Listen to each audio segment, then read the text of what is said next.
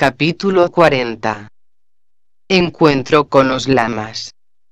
Cuando fuimos advertidos para el desayuno esa mañana, Raymond fue el primero en levantarse. Se apresuró a asearse como un escolar impaciente. Después que hubo acabado, apuró a todo el mundo a darse prisa. Finalmente entramos a desayunar y encontramos a Emilio y Just. Raymond se aproximó y se sentó entre ellos, e hizo preguntas a lo largo del desayuno.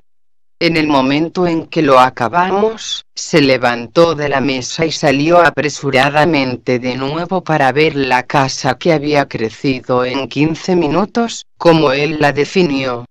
Puso sus manos en la espalda de Just, y dijo que si dispusiese de dos como Emilio y María, se divertiría mucho paseando por todos lados y haciendo aparecer casas para los pobres. Entonces dijo, ¿pero no enfermarían los grandes propietarios de Nueva York? Yo pagaría el alquiler. Entonces Emilio dijo, supongo que ellos no quieren que les proporciones casas. Bien, dijo. Lo haría de cualquier modo, después de haberlas construido. Y si no las quisiesen usar, los cogería a la fuerza, los metería dentro y los encadenaría. Todos nosotros reímos cordialmente al oír estas cosas. Siempre habíamos tomado a Raymond por un hombre calmado y reservado. Él nos dijo posteriormente que las cosas que había visto le habían enervado de tal modo que no podía parar de hacer preguntas. También dijo que había sido la expedición más interesante de su entera vida, pese a estar familiarizado con los más remotos lugares. Decidió ayudarnos a organizar una segunda expedición para continuar las excavaciones bajo la guía de nuestros amigos. Pero este deseo no fue posible posteriormente debido a una repentina muerte. Apenas fuimos capaces de evitar que marchase directamente a la nueva casa. Finalmente nos comprometimos con él para que Just y uno de nosotros le acompañasen hasta donde pudiera verla. Retornaron de este paseo en unos 30 minutos y estaba jubiloso. Había visto la pequeña casa, y era real. Dijo que le recordaba muy vívidamente una visión que había tenido en la infancia, en la cual paseaba con las hadas, construyendo casas para los pobres, y haciéndolos felices. Nuestro grupo era tan numeroso que se pensó que era mejor no ir todos juntos a la pequeña casa. Quedó concertado ir en grupos de 5 o 6. El personal del primer grupo iba a estar compuesto por Emilio, Raymond, una o dos de las damas, y yo mismo. Echamos a andar, y María y nuestra anfitriona se nos unieron. Caminamos hasta llegar a un sitio desde donde veíamos la casa. La niña salió corriendo a saludarnos y se echó en brazos de María diciendo que su hermano estaba fuerte y bien. Cuando llegamos a la casa, la madre del niño salió afuera, se arrodilló enfrente de María y comenzó a decirle lo mucho que la adoraba. María extendió sus manos y la ayudó a levantarse, diciéndole que no debía arrodillarse ante ella, que lo que había hecho por ellos lo hacía con otros. Que no debía alabarla a ella, sino al Gran Uno, por las bendiciones que había recibido. El niño pequeño abrió la puerta y la madre hizo señas de que entrásemos. Seguimos a las damas, haciendo de intérprete nuestra anfitriona. No existía duda de que la casa estaba allí. Disponía de 4 habitaciones y era muy confortable. Estaba rodeada en 3 de los lados por cabañas miserables. Nos contaron que los ocupantes de esas cabañas se estaban preparando para marcharse de allí, ya que pensaban que la casa era obra del diablo, y los podría destruir si permanecían allí.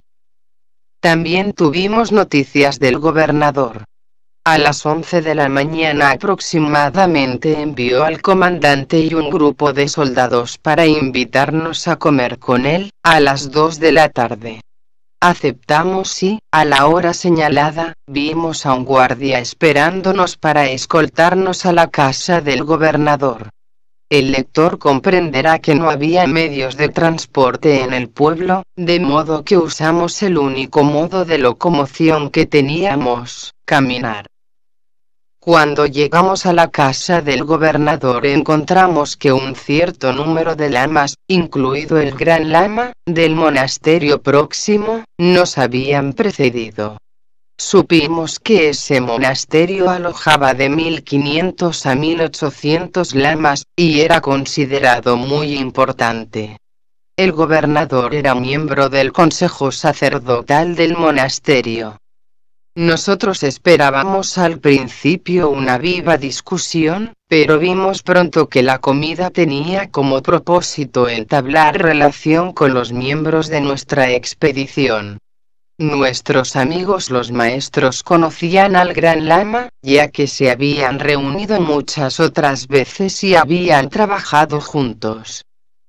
Esto, según pareció, era desconocido por el gobernador, hasta esa mañana antes de nuestra llegada, cuando el Gran Lama había retornado al monasterio después de 3 años de ausencia. Durante el curso de la comida, pudimos darnos cuenta que esos lamas eran bien educados, tenían una visión amplia de la vida, habían viajado notablemente, y 2 de ellos habían pasado un año en Inglaterra y América. Ellos se habían enterado por el gobernador de lo que había ocurrido la tarde anterior y, en todos, un sentimiento de una muy estrecha amistad era evidente, antes de llegar al final de la comida.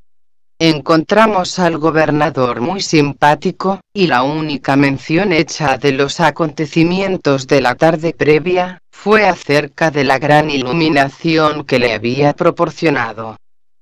Dijo llanamente que hasta la última tarde, había dejado crecer un gran odio contra los extranjeros. Nos vimos obligados a llevar toda la conversación a través de traductores, lo que no es muy satisfactorio, si uno desea llegar al fondo del pensamiento de su interlocutor. Antes de partir, nos invitaron cordialmente a visitar el monasterio y a pasar el día siguiente allí, como invitados. Emilio nos sugirió aceptar. Y el siguiente día pasamos una jornada con ellos, que fue muy agradable e instructiva. Sacamos la conclusión de que el lama jefe era un hombre muy notable. La amistad que se inició ese día entre él y nuestro jefe, maduró hasta transformarse en una comprensión fraternal, y de larga duración, lo que nos fue de inapreciable ayuda en nuestro posterior trabajo de investigación, en las regiones circundantes.